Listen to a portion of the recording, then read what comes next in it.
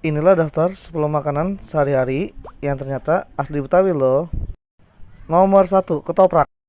Ketoprak adalah salah satu jenis makanan yang menggunakan ketupat sebagai bahan utamanya.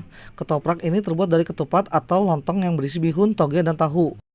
Nomor 2, gado-gado. Gado-gado adalah makanan khas Jakarta berisi sayur-sayuran yang direbus, isi telur dan tahu, serta ditaburi bumbu kacang, bawang goreng, dan kerupuk yang enak banget. Nomor 3, kue cucur. Kue cucur terbuat dari tepung beras dan gula Jawa atau gula aren yang digoreng. Nomor 4, semur jengkol. Terbuat dari jengkol. Yang perlu diperhatikan adalah ketepatan bumbu untuk menghasilkan rasa semur jengkol yang tepat dan menyatu dengan bahan-bahan bumbu.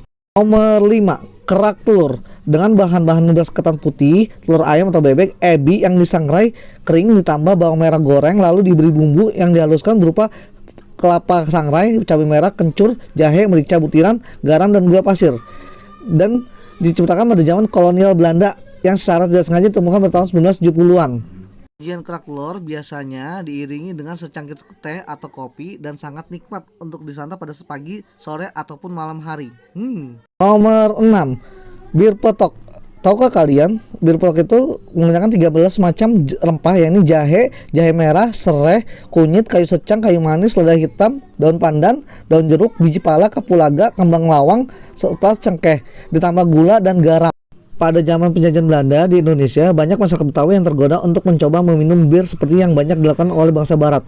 Namun, setelah melihat efek yang kurang baik yaitu memabukkan, dan selain itu juga melanggar ajaran agama, karena orang-orang Betawi terkenal dengan muslim yang taat, maka orang Betawi mencoba meracik bir yang dapat menghangatkan badan, tetapi tidak menyebabkan efek samping mabuk.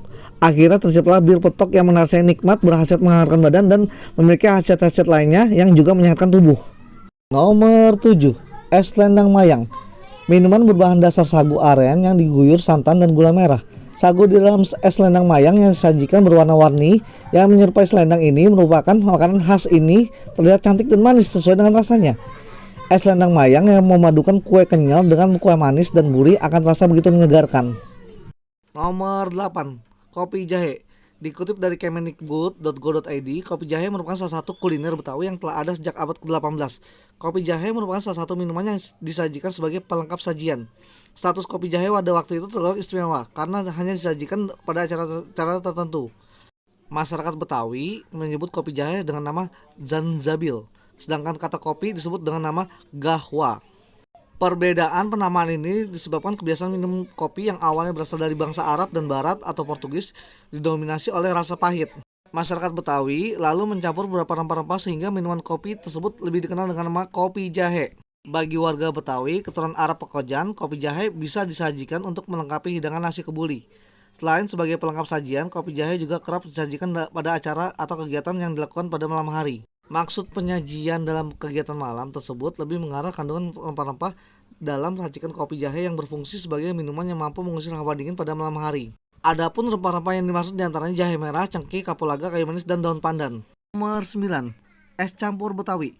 Memiliki keunikan tersendiri, yakni adanya campuran bubur sumsum di dalamnya. Selain ada daging kelapa dan tape singkong, ada bubur sumsum di dalamnya, jadi banyak rasa. Untuk membuat bubur sumsum, kita membutuhkan bahan dasar berupa tepung beras, santan, garam, dan pandan. Cara membuatnya cukup sederhana, yakni pertama kita merebus santan bersamaan dengan daun pandan sembari diaduk. Jika telah mendidih, ambil 1 gelas santan dan tuang ke dalam tepung beras sembari diaduk agar tak menggumpal. Tambahkan garam 1 sendok makan, lalu masukkan adonan ke dalam santan yang telah direbus. Bubur sumsum siap dicampur dengan isian es buah campur lainnya. Beragam buah-buahan yang biasa digunakan dalam es campur Betawi diantaranya nangka, alpukat, kolang-kaling, nanas. Tambahan cincau hitam dan cincau hijau juga semakin menambah sensasi segarnya es campur Betawi. Adapun biasanya es campur juga ditambah es serut yang menggunung, ditambah sirup merah, nan manis dan menggoda. Enaknya. Nomor 10, es kembang goyang. Asal muasal nama es goyang sendiri berasal dari pembuatannya dengan cara menggoyang-goyang gerobak esnya selama lebih kurang 5 menit. Adonan es merupakan campuran antara santan kelapa, gula pasir, perasa, dan tepung hunkwe. Tepung hunkwe merupakan tepung yang terbuat dari tumbukan kacang hijau. Tepung hunkwe banyak ditemukan di pasar tradisional. Penjual es goyang juga banyak membuat varian rasa dengan menambah buah segar seperti alpukat, durian, bahkan coklat. Membuat es kembang goyang ternyata mudah loh. Mau tahu caranya? Bahan-bahan yang sudah dicampur sehingga mencapai kekentalan tertentu dituangkan ke dalam cetakan. Cetakan tersebut lalu dimasukkan ke dalam wadah pendingin yang berisi bongkahan es. Gerobak penjual es goyang biasanya memiliki wadah pendingin yang cukup besar di bagian tengahnya. Sebelum adonan es mendingin, es goyang dibubuhi tusukan sebagai pegangan saat dinikmati. Setelah itu, barulah gerobak digoyang-goyangkan agar adonan es membeku dengan rata.